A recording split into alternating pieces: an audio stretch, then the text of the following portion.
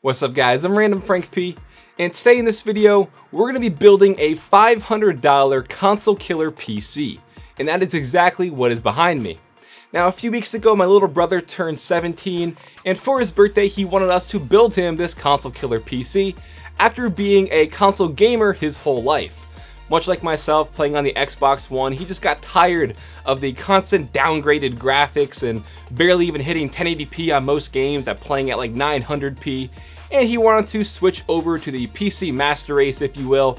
And with open arms, I embraced that, and we built him this PC with his budget of around $500, which is what the Xbox One originally launched at a few years ago.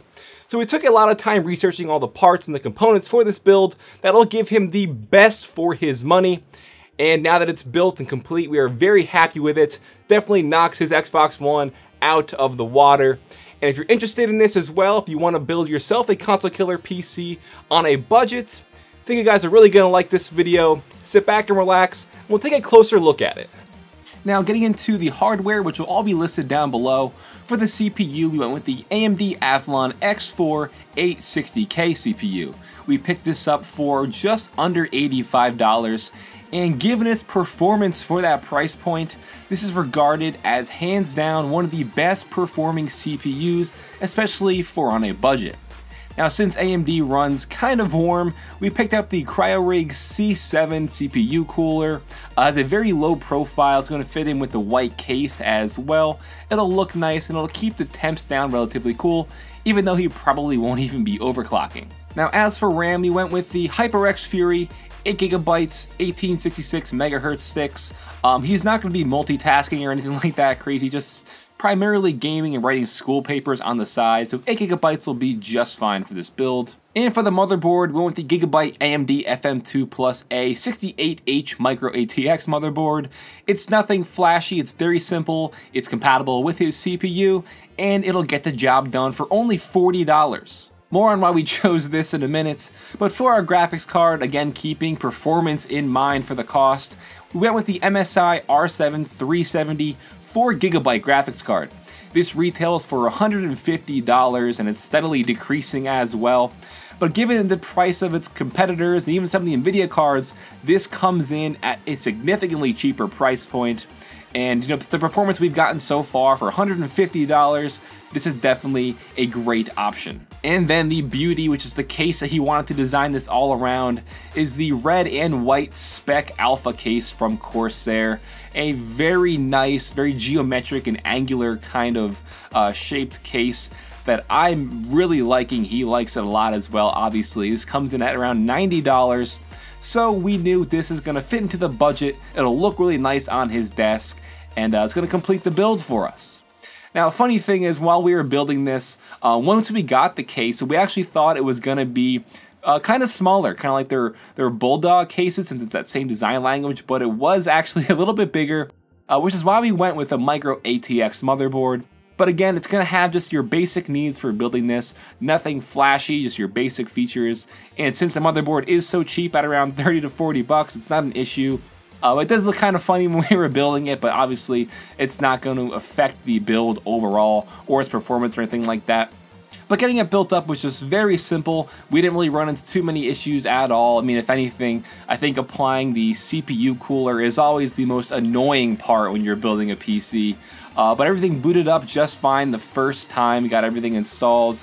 And just the process of building it for my little brother was kind of cool, because since I said he's always been a console gamer, just getting him involved in now the PC gaming community, it's cool because he's going to be able to take advantage of a lot more games and just better performance in games now. So I'm sure he'll enjoy that for sure.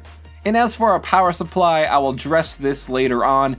We went with the Corsair RM650i power supply, and this is modular. It's 650 watts.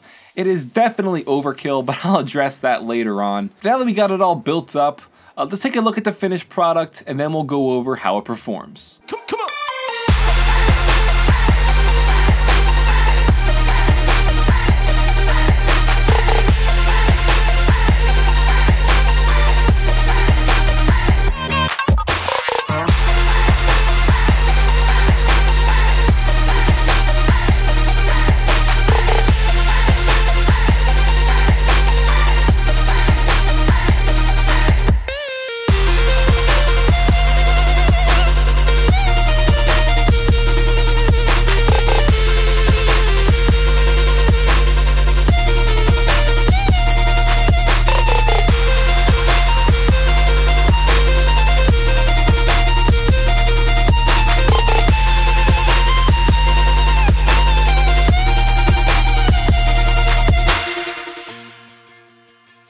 Now in terms of the performance here for benchmarking, on Battlefield 4 on 1080p, with everything turned up, he averaged 65 FPS, and it was funny because in the background on our Xbox One, we had Battlefield booted up and it looked horrible in comparison to the great graphics and the FPS on his PC now. As for Bioshock Infinite, we got around 52 FPS, which is pretty good, a little bit under 60, but again, for this price point, that's to be expected.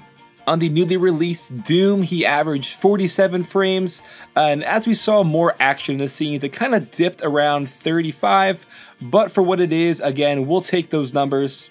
And then playing GTA 5, we got 94 frames per second, 1080p on everything at the normal settings.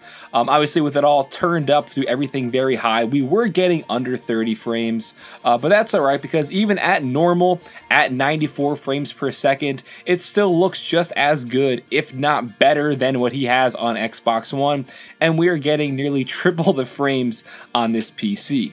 Very happy with that. And then in terms of benchmarking Firestrike version 1.1, we got a score of 4,604, which might not seem like the greatest thing in the world, but when you factor in the price and you look at the gaming PC for, VR at a score of around 9,000, you are getting double the performance for more than twice the price of what we spent to build this. So you are getting what you pay for, and as you can see, it is better than a gaming laptop of 2013, which is around when our components came to the market in 2013. So we are getting above that for around or under $500.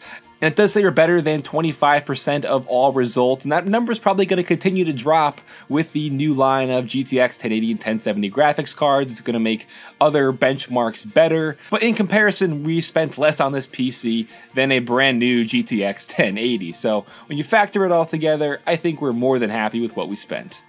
Alright, so now that the PC is fully built up and you've seen its performance for the price, there are certain areas of this build you can kind of shave corners on and swap in and out depending on your particular budget. Obviously, something like the NZXT Hue Plus is not needed at all for your PC to run. He just wanted to add some lights and flare to the case, and we actually went over the budget buying that, but like I said, definitely not needed. But the three aspects of this we can kind of save money on and kind of swap out according to your needs are the case, the power supply, and the hard drive space. The Spec Alpha is a really nice case, and it was around $90. You can easily buy just a very simple case for like $40 to $50 if you want to save some extra money. Next is the power supply, and that is admittedly overkill, the one that we have here. You're not going to need a $120 650 watt modular power supply. I think 650 watts is fine. You can easily find a regular one from like EVGA or even Corsair for around $50 to $60. You just don't need anything modular. That was just one that I had. He actually bought his own power supply, but I used this one that I had lying around. And lastly is the hard drive space. And this is probably the area that I would recommend if you have any extra money, spend it wisely here. We went with the 1 terabyte hard drive because it was literally, I think, like $25, so dirt cheap for 1 terabyte.